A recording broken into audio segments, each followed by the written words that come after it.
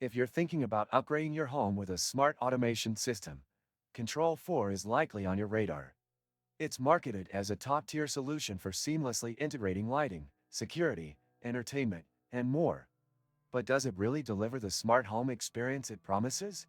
Today, I'm diving into my personal experience with Control4, covering everything from installation to daily use, and some of the issues I encountered along the way. Point one of the biggest selling points of Control4 is its ability to centralize control over multiple smart home devices.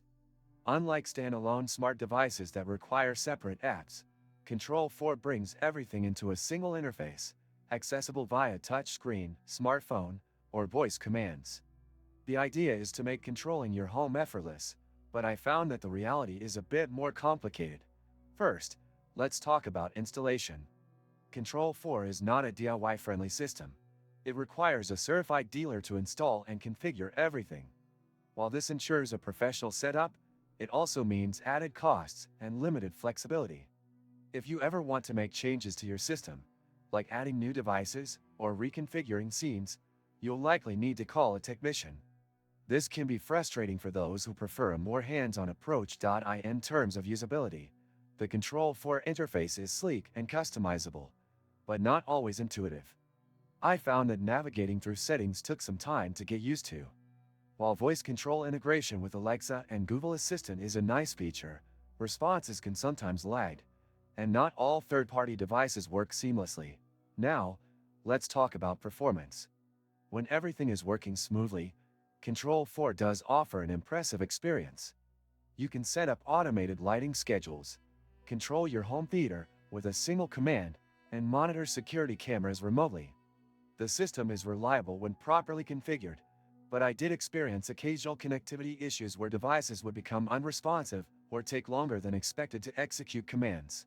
Not sure how to avoid draining your wallet on gifts? I used to face that problem too, until I discovered GiftMeo, where you can get cash back on your purchases and keep surprising your loved ones without breaking the bank. Click the link in the description. Another major consideration is the cost. Control4 is undeniably a premium option, and it's not just the initial hardware investment that's expensive. Ongoing dealer fees, software updates, and potential troubleshooting costs add up over time. Compared to more affordable smart home solutions, like Home Assistant or SmartThings, Control4 feels locked behind a high price tag. Point one of the most common frustrations with Control4 is the lack of direct user control. Unlike other smart home platforms that allow for easy DIY modifications, Control4's dealer-dependent model can be restrictive. If you're someone who likes to experiment with automation and fine-tune settings yourself, this might not be the best fit. Is Control4 worth it?